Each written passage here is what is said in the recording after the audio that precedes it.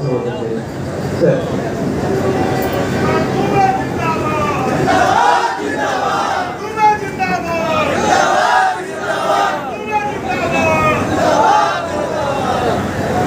कार्यक्रम में मौजूद आसनसोल डिवीजन के बहुत ही प्रमुख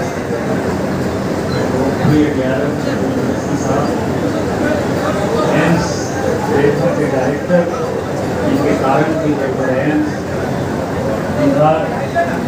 ऊंचाइयों को छू रहा है।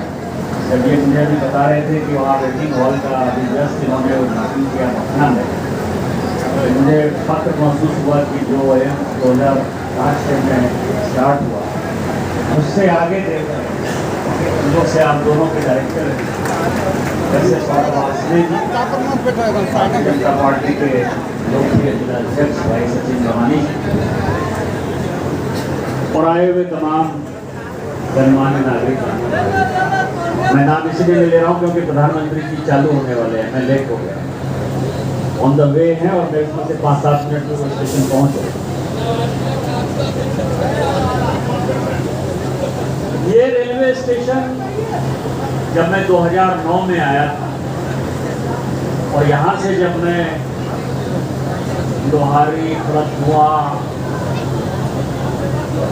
उस तरफ जा रहा था तो दो प्रॉब्लम, एक तो देवघर से सिवाय ये रोहिणी के कोई कनेक्टिविटी नहीं, जबकि यहाँ लोग व्यक्तिगत बहुत काम करते हैं, खासकर लोहे का बड़ा काम है इस इलाके में। और दूसरा एकदम निर्जन सा जगह था, कोई रात में यहाँ खड़ा हो जाए तो लुटाने के अलावा कोई उपाय नहीं।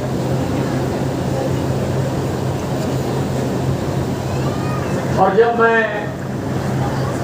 यहाँ एम्स, प्लास्टिक पार्क ये सब करने के लिए आया तो मैंने एक दिन डीआरएम साहब को कहा कि मुझे शंकरपुर स्टेशन को डेवलप करना है, कोई स्टेशन वहाँ। तो अभी डीआरएम साहब खुद कह रहे थे कि जब वो पहली बार आए यहाँ तो उनको लगा कि मैं पता नहीं क्या बोल रहा हूँ, छोटा सा गांव है, कुछ नहीं है, साधन नहीं है, और यहाँ क्या होने वाला। लेकिन ये मोदी की सरकार है। जिस तरह माननीय अटल बिहारी वाजपेयी जी ने प्रधानमंत्री ग्राम सड़क योजना से गांव को जोड़ा और आज कोई ऐसा गांव नहीं है जहां की रोड की कनेक्टिविटी नहीं, वैसे ही माननीय प्रधानमंत्री जी सैकड़ों काम किए, हजारों काम किए, पाकिस्तान को घुस के मारे वो अलग चीज है, लेकिन जिस काम से वो जन्म जन्मांतर तक याद किए जाएंगे वो ये अमृत भारत योजना है, अमृत भारत स्टेशन की योजना। कोई कल्पना कर सकता है कि शंकरपुर में 10 करोड़ रुपया रेलवे खर्चा करेगा? कभी शंकरपुर और इसके आसपास के लोग, यहाँ तो अविनाश जी से लेकर सारे लोग दुआब का बड़ा नेतागिरी करते रहे कि राजेश, कभी सोच लेते आदमी कि शंकरपुर में है स्टेशन हो तो शंकरपुर में एम्स आ जाएगा, शंकरपुर में प्लास्टिक पार्क आ जाएगा। ये मोदी है तो मुमकिन है। और आज जब हम इस कार्यक्रम में आए तो मुझे खुशी हुई, फोटो देखकर ही खुशी हो रही थी कि हमने जो वादा किया था कि गांव में भी शहर की ही स्थिति पैदा हो, गांव वाले को भी वही सुविधा मिलेगी जो कि शहर को मिली। और आज हम बड़े फख्र के साथ कह सकते हैं कि जब जसीडी स्टेशन बनेगा, मधुपुर स्टेशन बनेगा, आज ये स्टेशन की सुविधा जो है जसीडी और मधुपुर स्टेशन से ज्यादा बढ़िया शंकरपुर स्टेशन।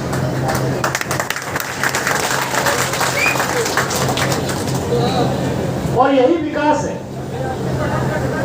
और मेरा आप लोगों से तकलीफ भी होता है और मेरा आप लोगों से आग्रह भी कि 2009 के पहले भी यहाँ सांसद हैं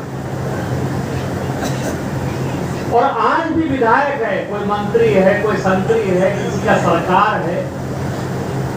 एक काम आप बता सकते हैं शंकरपुर के आसपास की इंडी गठबंधन ने किया होगा, दूसरी सरकार ने किया होगा, जिसको कि लोगों ने जिताया 5 साल 6 साल से, जिसकी राज्य में सरकार है। एक काम बता दीजिए, ये प्लास्टिक पार्क भारत सरकार ने दिया है, भारत सरकार की योजना है। पिछले 3 साल से मैं लगातार प्रयास कर रहा हूं कि इसमें यूनिट आ जाए, आपके लोगों को रोजगार मिल जाए। ये प्लास्टिक पार्क जिस दिन चालू हो जाएगा उस दिन 10,000 लोगों को नौकरी मिलेगी। 10,000। 150 करोड़ मोदी जी ने दिया है, हम खींच कर लाए हैं, लड़ कर लाए हैं। ये जिस दिन चालू होगा उसी दिन जो है सीपेट का कॉलेज भी यहाँ चालू होगा, केमिकल की पढ़ाई होगी, केमिकल इंजीनियरिंग की पढ़ाई होगी। लेकिन 3 साल से इसका अलॉटमेंट नहीं हो रहा है। क्यों नहीं अलॉटमेंट हो रहा है? अलॉटमेंट इसलिए नहीं हो रहा है कि पहले ये कहा गया कि जिस लोगों को अलॉटमेंट होना है उसमें निशिकांत दुबे का सवाल, तो जांच हुआ, जांच में पता चला कि संबंध की तो बात छोड़ो, उसमें अलॉटमेंट के लिए जिन लोगों ने अप्लाई किया है उसमें एक ब्राह्मण नहीं है, एक ब्राह्मण नहीं है। तो हाथ पांव फूल गया कि जब ब्राह्मण नहीं है तो रिलेशन कैसे हो? कौन है? शेड्यूल कास्ट है, शेड्यूल ट्राइब है, ओबीसी है, दूसरा है, और यहाँ के स्थानीय लोगों को रोजगार मिलेगा। आप समझिए कि भारत सरकार की योजना का अलॉटमेंट नहीं होगा। यदि वो अलॉटमेंट हो जाएगा तो क्या आपको नहीं लगता कि संगतपुर और डेवलप हो जाएगा? इस इलाके में जितना गांव है उसका और डेवलपमेंट हो जाएगा। लेकिन क्या होगा, चुनाव के समय कोई जात देखेगा, पात देखेगा, हमारा कन छठी खाए ले कि नहीं, चिल्ला खाए ले कि नहीं, साधु हम आवे जे कि नहीं, चंदा दिल के कि नहीं, चिट्ठा दिल के कि नहीं।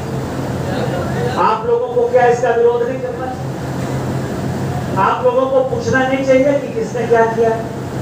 आज एम्स हम बधाई देना चाहते हैं सौरभ वार्ष्णेय साहब कि इतनी जल्दी ये एम्स बन के तैयार हो गया। अब इसका जो इमरजेंसी है, हमने अभी रिक्वेस्ट किया है, शायद 21 जून को जो विश्व का योगा दिवस बनता है, जो माननीय प्रधानमंत्री जी के कारण है, उस योगा दिवस के दिन जो है इसका इमरजेंसी का उद्घाटन करेंगे।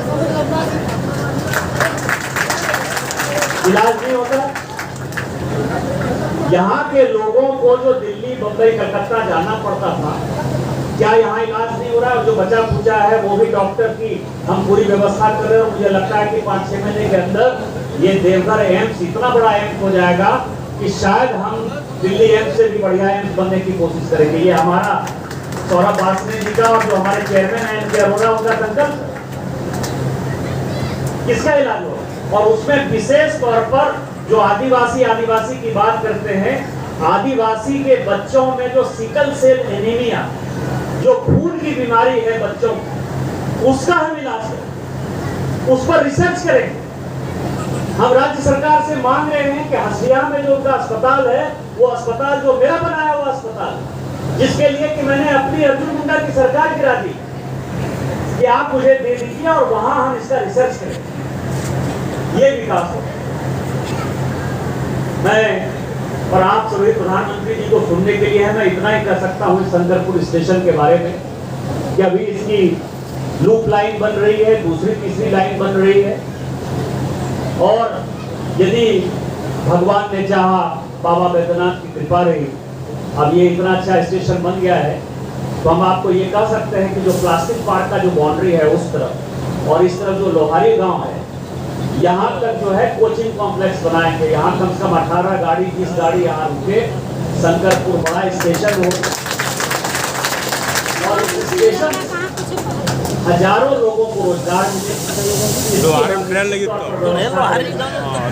जिस दिन ये व्यवस्था हो जाएगी, जिस दिन हमारे बच्चे बाहर जाकर कमाना बंद कर देंगे और बाहर के लोग हमारे यहाँ नौकरी करने के लिए आएंगे, उस दिन मुझे लगेगा कि मैंने सांसद के नाते कोई काम किया। हम आप लोगों के प्रति उस दिन शुक्रिया अदा करेंगे कि आप नहीं होते तो शायद मैं सांसद नहीं होता।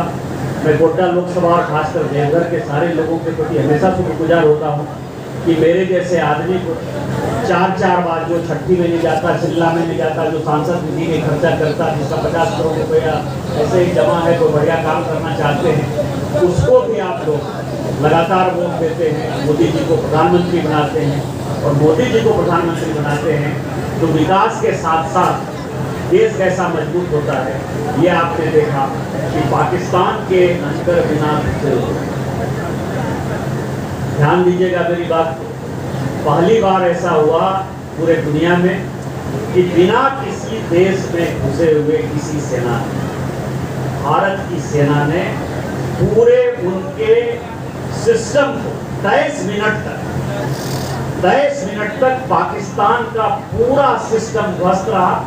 उनका जितना भी एयरबेस था, उनका जितना भी आतंकवादी संगठन था, और अजहर मसूद, मौलाना मसूद अजहर, जिसको कि आपको पता है कि कांधार प्लेन हाईजैक में उड़ा कर ले गया था यहाँ आतंकवादी, उसके परिवार के 14 लोगों को यहीं से मिसाइल मारकर हमने गिरा दिया। ये मोदी की सरकार है, मोदी है तो मुमकिन है। जब तक बीजेपी की सरकार होगी तब तक विकास होगा, तब तक हम मजबूत होंगे। आप सभी आए, और खासकर रेलवे के सारे अधिकारी को, शायद चेतनानंद जी कह रहे हैं कि 2 महीने के अंदर जो है इनका समय पूरा हो रहा है, DRM का एक समय निर्धारित है, तो मैं कोशिश करूंगा कि 2 महीने के अंदर हमारे यहाँ अभी त्रिकुट हॉल्ट का जो है शिलान्यास बाकी है, सर्वाधाम का भी शिलान्यास बाकी है, मधुपुर में कोचिंग कॉम्प्लेक्स चालू हो गया है, उसका भी एक फॉर्मल उद्घाटन करना है अपने। जसीडी भी हम कोशिश करेंगे कि आपके सामने ही शिलान्यास करते हैं, मधुपुर का भी शिलान्यास करते हैं। और ये जो बाईपास लाइन बनाया है देवघर जो शंकरपुर तक आएगी, ये सब योजना जो है मुझे लगता है कि अब रेलवे के पास प्रत्येक वीक हम और आप जो है काम करेंगे। और उसके लिए केवल 15 दिन का मुझे छुट्टी दीजिएगा, क्योंकि पूरी दुनिया में जो भारत ने जीत हासिल की है और 77-78 साल से जो हम आतंकवाद से परेशान हैं, तो मैं कल, क्योंकि आपके कारण ही मैं सांसद हूँ, मुझे कल भारत सरकार सऊदी अरब भेज रही है, मक्का मदीना जहाँ है उस देश में मैं जाऊँ।